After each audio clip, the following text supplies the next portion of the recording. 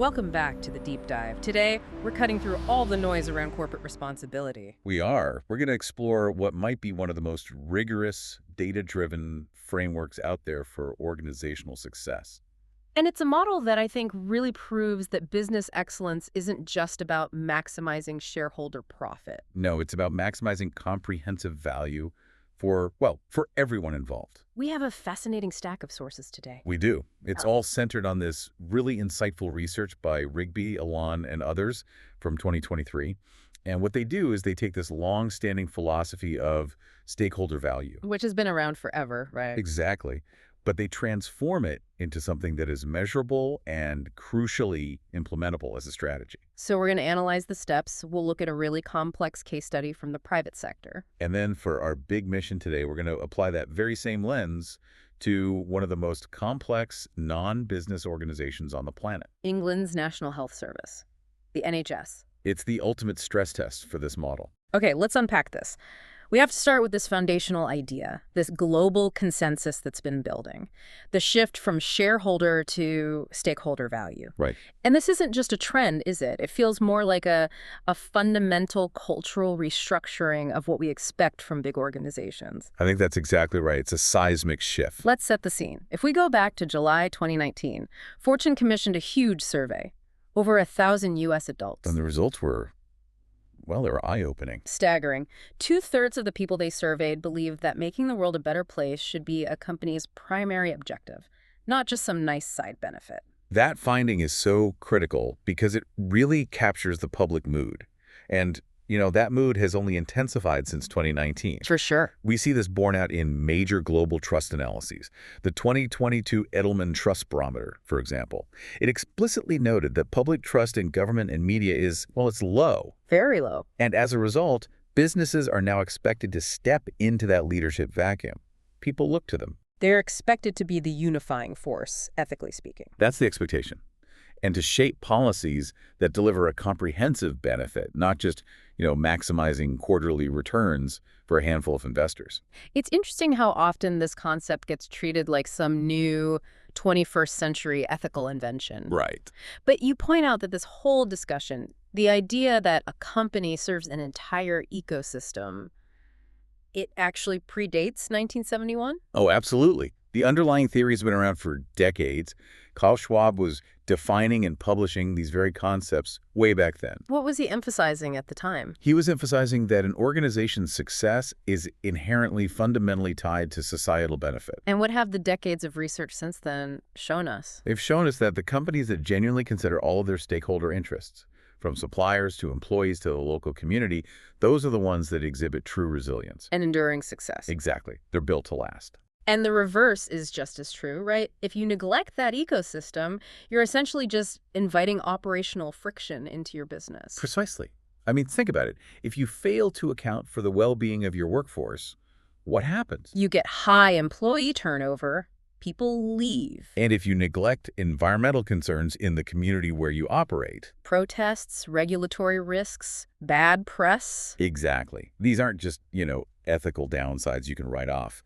They are tangible operational risks that directly impact the balance sheet. They affect the long-term health of the entire organization. So you minimize things like customer defections or supply chain disruptions when you cultivate a healthy ecosystem around you. That's the core idea. It's just smart, resilient business. So the theoretical case is over. The evidence is overwhelming. Companies that create the greatest value across all dimensions, for employees, customers, communities, and yes, for shareholders too. They're the most successful and resilient. And this is the crucial point that so often gets missed in the debate. This success does not come at the expense of shareholder value. No, it absolutely doesn't. And firms like the Drucker Institute, they provide publicly available data that proves this time and again. So when you analyze the performance of these companies across all of their metrics, you see that those with these complex relationships among their stakeholder interests, meaning they are not just singularly focused on investors, they're the ones that thrive. a low focus on everyone else doesn't actually guarantee growth. No, in fact, the conventional finance wisdom that says it does might just be wrong. The evidence often points in the complete opposite direction. Okay, so we have the consensus, we have the evidence, but here's the critical pivot, right? This is the core problem that Rigby and his colleagues identified. If the strategy is so clearly beneficial, why is implementation so elusive? That is the Achilles heel. That's where it all breaks down. We saw, for instance, these high-profile commitments like the 2019 Business Roundtable. Right, where all those CEOs signed pledges recognizing the need for this. They did. But when it came time to actually execute, many of those organizational leaders, they just defaulted to implementing commitments by instinct By gut feeling. or by a series of, ad hoc siloed projects that didn't connect to anything.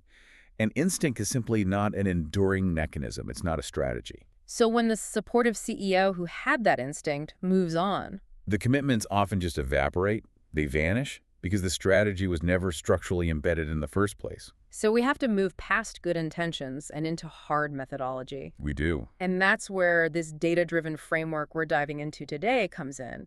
It's a mechanism for constructing a unique, a measurable, and a sustained stakeholder strategy. And the beauty of the Rigby framework is its rigor, but also its simplicity.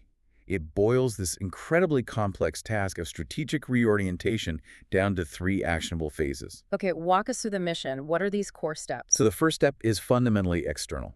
You have Yeah. to comprehend the external perspective and the value the organization is perceived to be generating. So how the world sees you. Exactly. You need to know how the world, especially external rating agencies, measures your rank. And that immediately challenges your own internal bias, doesn't it? That's the point. The second step is synthesis. Yeah. You have to bolster that external data with your internal insights, with deep dives into the company structures themselves. So you connect public perception with operational reality. That's the connection. And then finally, The third step is strategic design. You analyze all the interdependencies you found, and you create a suitable, sustained strategy. and this isn't just, another policy document that sits on a shelf. It's about building the enduring system that ensures the whole organization understands and executes the new focus. And these steps, they were successfully applied to a composite business client they call health tech, leading to some really significant, measurable improvements. They were. So our deep dive mission today is to take this powerful 3-step business model and deliberately apply it to a radically different, complex, non-business organization, England's National Health Service, the NHS. It is the ultimate test case. I mean, the NHS is gigantic, it's funded by taxpayers, it's driven by this profound humanitarian mission. And it's constantly under immense political and operational pressure. So our goal is to use this rigorous methodology to explore its effectiveness in the non-business sector. We want to see if it can unveil some of those structural issues like hidden priorities or blind spots that, if you address them, could significantly improve the NHS's operational and organizational health. A deep dive into the NHS through the lens of a highly successful business strategy. Okay, let's get started. Let's do it. So we'll begin with the critical analysis. Specifically, we have to look at the sheer complexity of stakeholder interdependencies. Before we even get to the NHS, we need to grasp this general theory of interdependence that really defines every organization, public or private. Right, and the language we use here is a web of interdependencies. Yeah. Stakeholders, whether they are internal like employees and managers or external regulators, customers, suppliers, they form this intricate network. And that network profoundly influences each other, and therefore the organization's overall health and its ability to deliver on its mission. That's right. And within that web, you are absolutely guaranteed to have tension. Guaranteed. 100%. If you have multiple groups with different goals all interacting, you inevitably have conflict, you have collision, and you have a convergence of interests. Can you give us an example? Sure, think about a pharmaceutical company. Shareholders want maximum profit margins, right? Of course. Patients want affordable drugs. Regulators want rigorous, time-consuming safety testing. Their interests collide constantly based on things like power and urgency. So the organization's primary task is just achieving this difficult, continuous balance among all these competing priorities. That's the game, a constant balancing act. So how do leaders even begin to visualize this complexity? I mean, it sounds like trying to map the internet. You need a map, literally. Yeah. That's the function of what's called a stakeholder map. Yeah. It's a strategic tool, and it's evolved from economic theories and normative ethics. And it's designed to do what exactly? It's designed to systematically identify the key players, assess their specific interests, so what they want and why they want it, and then develop proactive strategies for constructive engagement. So the whole point of the map is to anticipate where the conflicts are likely to pop up. and to implement strategies to mitigate those risks before they become full-blown crises. And I imagine that even the mapping process itself is incredibly subjective. It is, and that's a major limitation.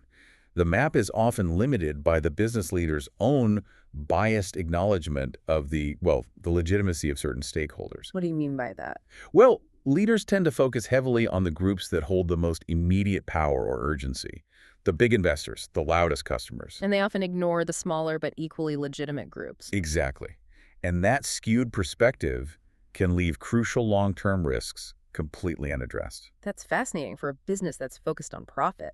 Now, let's introduce the public sector element, England's National Health Service. This is where that complexity it explodes. It really does. Because the bottom line here is human life and public service, not profitability. So what does this non-business complexity look like in the NHS landscape? I mean, it's just an incredibly fragmented and broadly complex system. Unlike a private company where stakeholders often revolve around a product or a service exchange, the NHS involves this deeply interconnected ecosystem where the funding comes from the public. And the service expectations are near infinite. Near infinite, exactly. So who are the core interdependencies here? Who are the main players in this web? At the most fundamental level, you've really got four groups. You have patients, who are the consumers of the service. You have the healthcare professionals, the doctors, the nurses who deliver that service. And the government. The government, which funds, regulates, and manages all the political risk. And then you have the internal management, which is constantly attempting to operationalize this massive mandate. But as you zoom out to major policy decisions, that web just expands dramatically, doesn't it? It does. You start involving NHS commissioners, general practitioners, local authorities, academic researchers, various community advocacy groups.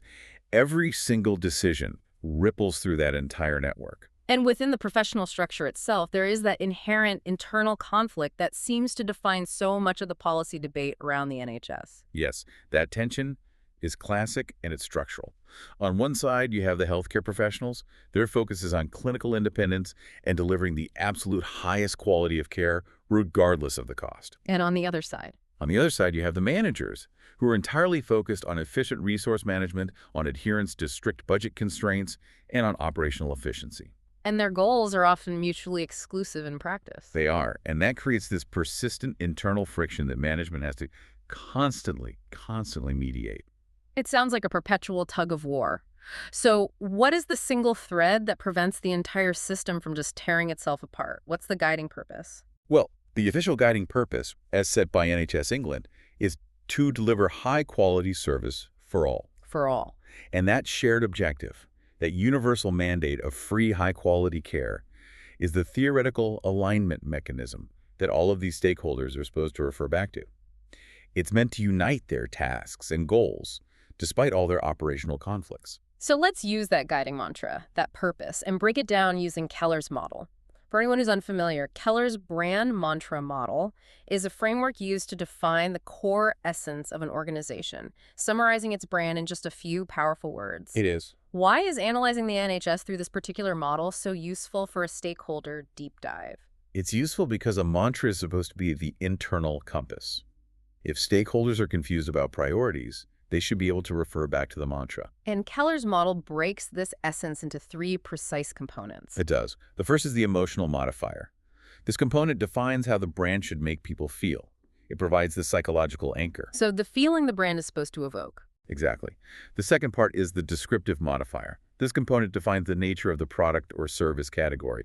It clarifies what the brand is and its core competitive distinction in the marketplace, even if that marketplace is a public service. Okay, and finally, the brand function. The third is the brand function.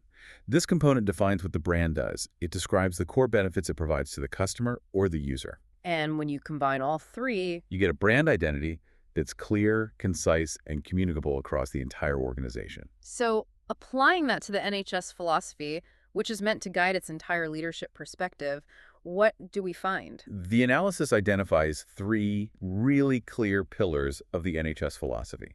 First, the emotional modifier is humanity. Humanity. That immediately sets the tone, doesn't it? It's not a transactional service. It's rooted in empathetic, comprehensive care. Absolutely.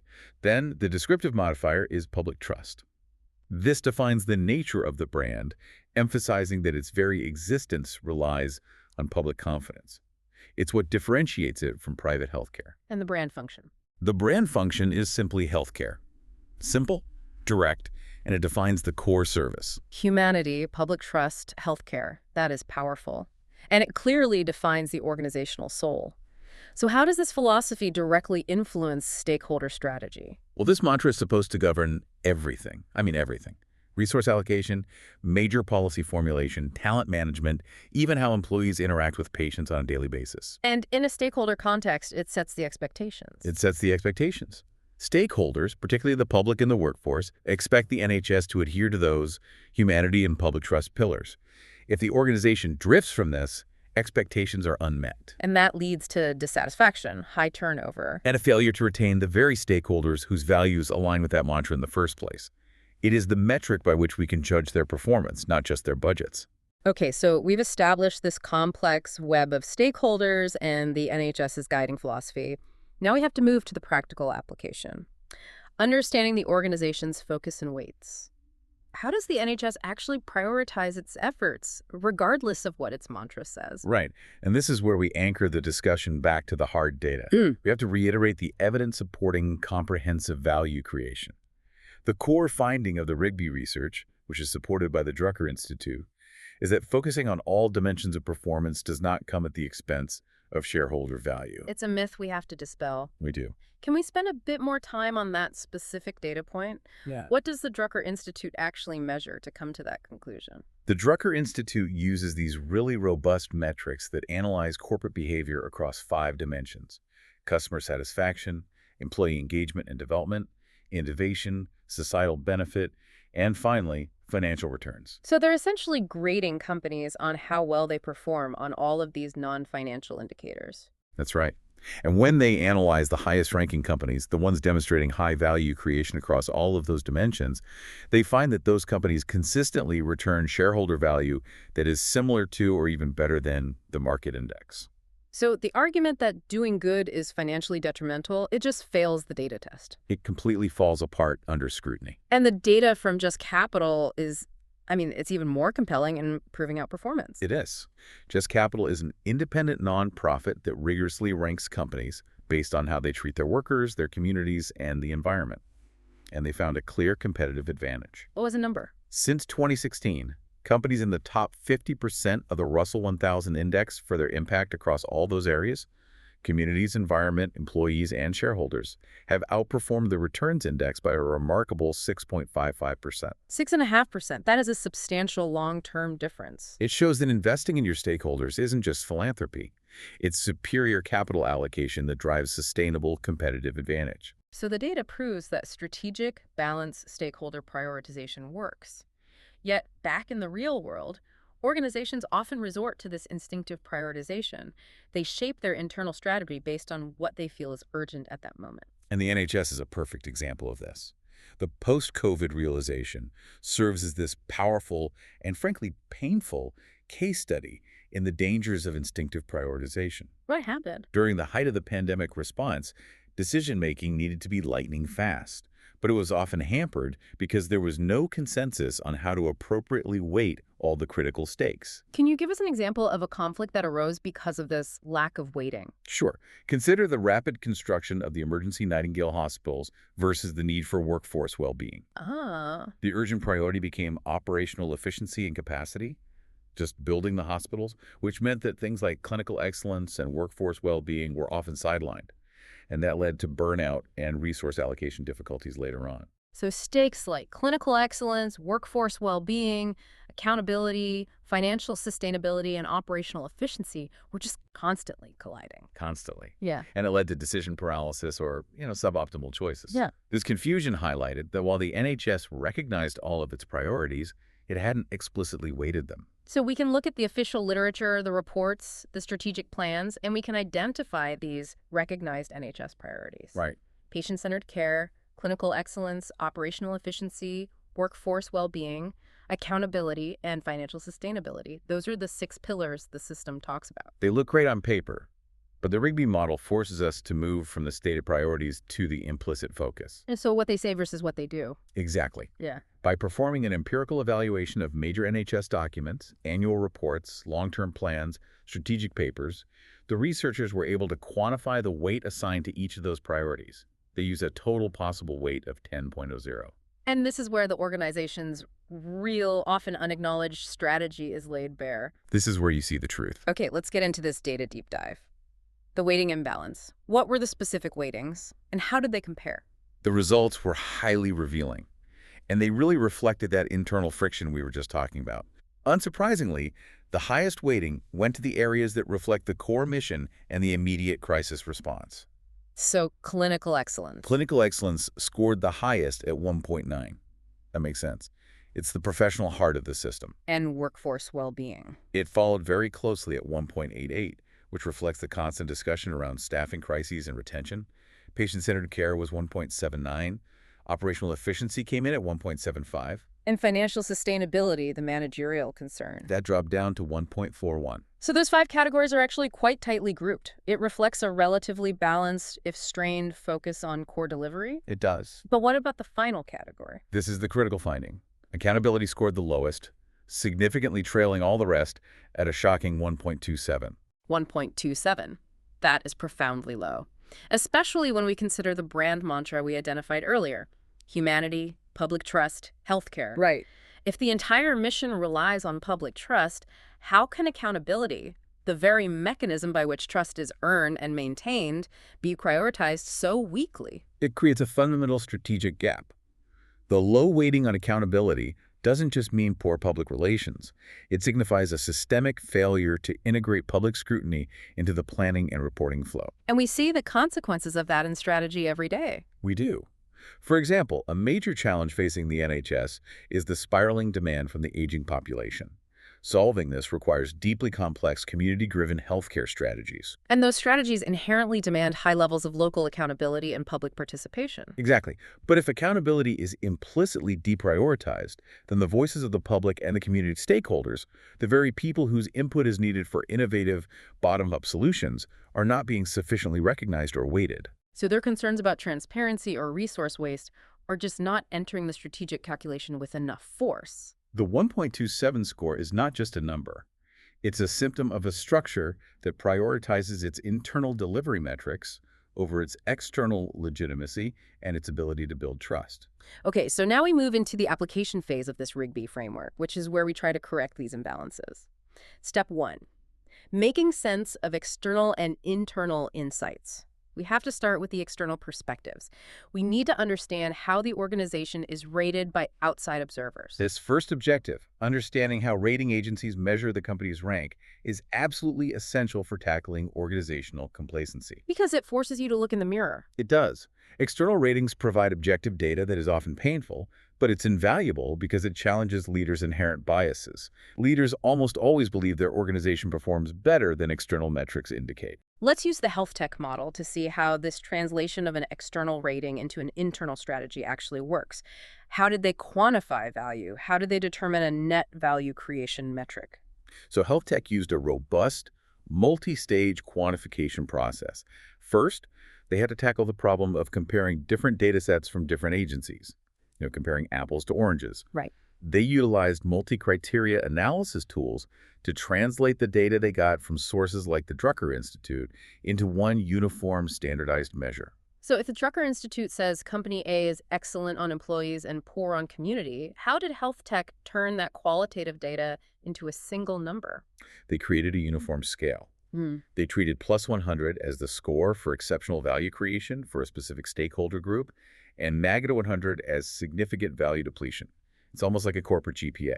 So they needed to know not just how they ranked, but how much value they were adding or subtracting for each group. Precisely. That was the first step. What was the second? The second step involved incorporating the original stakeholder weightings used by the rating agencies themselves.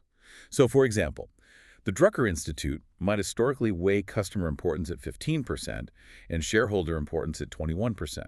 Health tech multiplied their adjusted, standardized performance scores by these specific weights. And summing those adjusted weighted scores revealed the net value creation. What was the internal shock when health tech finally saw that final number? The results were, well, they were sobering for the CEO and the board.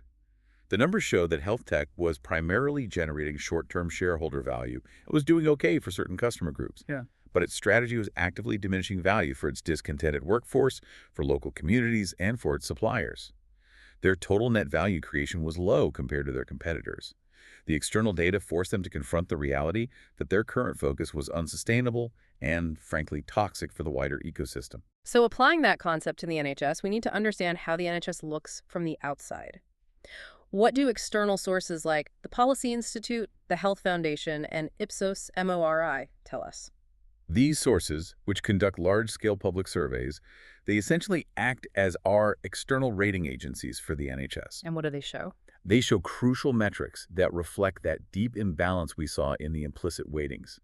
Specifically, patient satisfaction and experience metrics are repeatedly described as deeply negative. Deeply negative. And similarly, key workforce metrics like well-being and employee satisfaction are also consistently reported as negative. So the external perception is signaling a system under severe strain.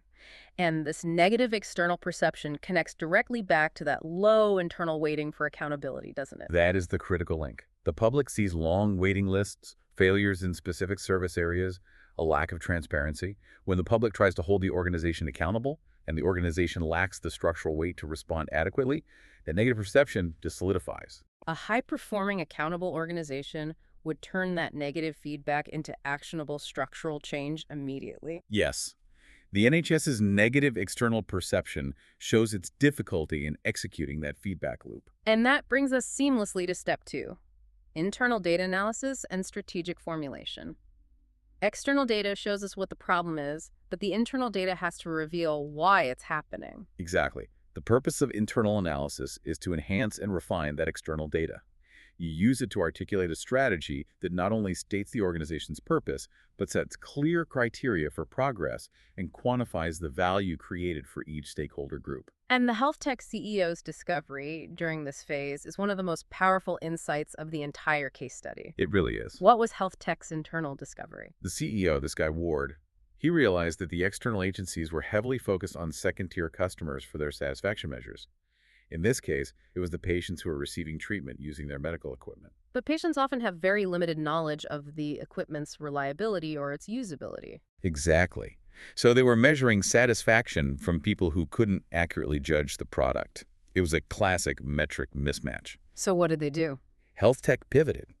They conducted in-depth interviews with their first-tier customers, the physicians and the hospital administrators who actually bought and used the equipment every single day. And those internal interviews revealed the root cause. They did. The company's engineering focus, which was driven by a desire for novelty and maybe some high-tech branding, was continuously adding unnecessary product features. So features that inflated the cost and, more importantly, reduced the product's usability and reliability for the medical professionals who were under pressure. The doctors and nurses just wanted something reliable and simple, and the company was adding complexity they didn't need. That's the insight. The external data showed general dissatisfaction. The internal data showed that the company was prioritizing an internal engineering focus over the actual needs of its primary user. And this led to a very concrete strategic shift. Health tech realized it had to move away from its vague shareholder-first philosophy to a measurable strategy, one aimed at a substantial net value increase for all stakeholders, especially those primary customers, based on real-world operational experience.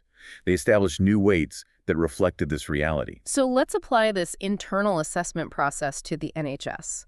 What are the NHS internal data sources? They must have an absolute ocean of information, given the scale of the operation. They do.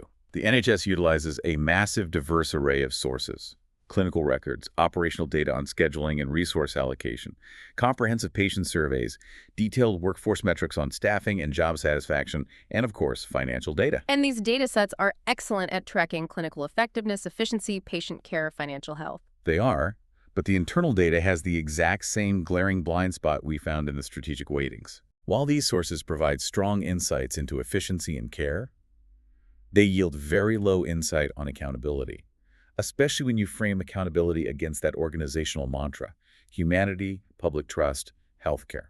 How do you quantify public trust in a metric? It's inherently challenging, and it's due to the NHS's multifaceted nature and its diverse, often conflicting interests. So the value of integrating internal and external data is its ability to translate those painful external insights like low patient satisfaction into internal actionable strategies like quality improvement or operational streamlining. Right. But if the accountability metric is missing, that translation is hobbled.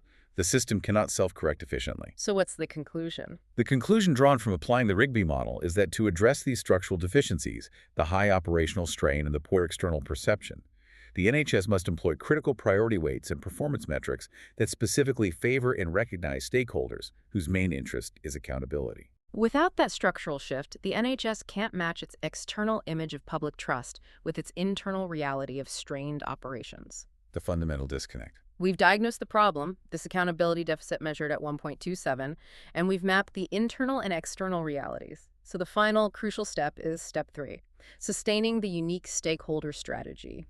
Because a strategy is useless if it doesn't endure. Endurance means embedding the strategy into the very DNA of the organization. Rigby and his colleagues emphasize building a system that ensures the entire organization comprehends the new stakeholder focus and understands their specific role in executing it. So you have to move beyond just a CEO's mandate to structural, cultural, and procedural changes. That's right. Okay, let's walk through the 5 key implementation mechanisms required to build this enduring system, focusing on what they would mean specifically for the NHS. The first mechanism is building a culture, and this is the most crucial for the NHS, given that low accountability score. It requires favoring the leadership of priority stakeholders, so those who advocate for greater accountability and public engagement on the decision-making board. And you have to monitor this constantly. You do, creating an ongoing metric system for each of these value priorities. So if the NHS board is currently dominated by financial or clinical expertise, this would require a mandate to appoint new non-executive directors whose sole focus is community trust, transparency, and public accountability. It would, and that would fundamentally shift the boardroom dynamic. It ensures that the accountability voice is not just heard, but has actual voting power at the highest level. And the second mechanism. The second is designing organizational structures. This means actively breaking down the silos that exist within the massive NHS architecture. You increase cross-stakeholder collaboration to bring expert ideas, from frontline clinicians, patient groups, community leaders, directly to management for strategy and budget developments. We see this so often in large organizations. The people with the best ideas are often 3 or 4 layers away from the people who make the budget decisions. This would formalize those communication loops. Precisely. You have to create structures that force dialogue. The third mechanism is establishing new processes. This is all about making the new strategy operational. How so? It requires consistent, rigorous departmental reviews where teams analyze their value creation targets and trends. Every new proposal, whether it's for IT, staffing, or purchasing, must be comprehensively stakeholder-oriented. So a department can't just propose a new efficiency measure that solves a budget problem if it simultaneously damages workforce well-being or reduces patient access. The process forces them to account for all 6 priorities. Exactly. They have to demonstrate the net positive stakeholder value. The fourth mechanism is redesigning business processes. This involves implementing process improvements based on stakeholder feedback that will have the strongest impact on your target value creation. And for the NHS, what would that look like? For the NHS, this often means granting greater autonomy to local departments, GPs, specific hospital units, to innovate and implement localized changes quickly and effectively based on immediate feedback loops from their own communities. So you're moving decision-making closer to the point of care rather than waiting for centralized directives. Yes. And this addresses the bureaucratic slowness that so often frustrates external stakeholders who are demanding accountability. It connects autonomy directly to accountability. And finally, the fifth mechanism is communicating honestly. This is far more strategic than simple PR. What does it entail? It requires the organization to study stakeholder priorities, to segment those whose interests align with the strategic goals, like those interested in community-driven care and trusts, and then communicate forthrightly the new propositions. So the goal is to attract the right patient segments, the right employees, the right community partners. And to minimize engagement with segments whose expectations fundamentally clash with the organizational vision. For the NHS, incorporating these 5 strategies isn't a suggestion, is it? It's a strategic imperative for long-term sustainability and successful stakeholder engagement. It is. What specific objectives for NHS change does this framework mandate? The strategic objectives have to revolve around fixing that 1.27 deficit. This means systemic change, starting at the top. It means requiring board replacements that prioritize accountability, Instituting new departmental evaluation frameworks. ensuring the organizational vision and strategy are explicitly aligned with the brand mantra, fostering truly collaborative leadership, and mandating transparent communication about failures and successes, especially regarding resource allocation. The key is shifting the performance metrics. Absolutely. The performance metrics must specifically recognize and favor stakeholders whose interests are centered on the NHS being accountable to them. This is the mechanism by which that low score gets corrected. And what's the expected outcome of this intense focus on accountability? It's expected that this renewed focus will expose the areas where the NHS is currently failing or bottlenecking, which will facilitate a swift resolution. And the research suggests. The research suggests that because high public demand, driven by the aging population, is such a massive constraint, focusing on accountability will force a shift toward a community-driven healthcare approach. And that approach empowers local stakeholders to manage health and wellness before acute care is needed. Which ultimately reduces the immense centralized pressure on the system. So the accountability deficit, measured at that critically low 1.27, isn't just a reporting issue. It is the structural leverage point that, if corrected, has the power to improve the overall operational health of the entire NHS system. That's the takeaway. Okay, let's wrap this up. To summarize this deep dive, the rigorous, data-driven strategy from Rigby and his colleagues proved highly effective for understanding and course-correcting organizations in the business world. We saw that with the demanding case of health tech. And when we applied that same rigorous model to the non-business National Health Service, It successfully uncovered a crucial structural issue that's deeply embedded within the organization. the NHS's core issue isn't a lack of commitment to care, is it? It's the difficulty in translating that commitment into sustainable operations because of all these internal tensions. Specifically, that clinical independence versus efficient resource management conflict. And they're juggling 6 critical priorities under immense public pressure. The success of this multifaceted strategy really relies on synthesizing external public perception with internal data to truly understand these interdependencies. And while the NHS has 6 recognized priorities that appear balanced on the surface, the constructive use of this model unveiled that critical strategic niche for development, the severe lack of implicit focus on accountability. That rock-bottom weighting of 1.27 limits the ability of the NHS to adapt strategically and to address these long-term systemic challenges, like the surging demand from the aging population. Success requires striking a careful balance between urgent operational needs and long-term viability. And that viability hinges on empowering the stakeholders who demand public trust and accountability. As codified by the NHS's own mantra of humanity, public trust, and healthcare. Ultimately, the application of this data-driven model suggests that if the NHS can embed accountability, making it an enduring, measurable priority via those 5 strategic mechanisms, it stands to significantly improve stakeholder engagement, accelerate effective decision-making, and finally align its resource allocation with its stated mission. And that brings us to our final thought for you, the listener, based specifically on the structural changes required to sustain this new strategy. We saw that embedding accountability requires profound changes in leadership and in metrics. So, if you were granted the comprehensive analysis and were tasked with conducting the in-depth interviews with all the major stakeholders, from frontline nurses to patient advocates and government officials, and you had the power to mandate one single non-negotiable structural change, which would you prioritize? Would it be a mandated board replacement, ensuring community advocates have a voting seat at the table? Would it be a new operational evaluation metric, forcing every department to quantify its contribution to public trust and accountability? Or would it be a radical resource allocation shift, giving localized communities more financial autonomy to address needs before they become acute crises? What single structural priority would you choose to finally empower those stakeholders whose main interest is making the NHS truly accountable to the public? Something to chew on until our next deep dive.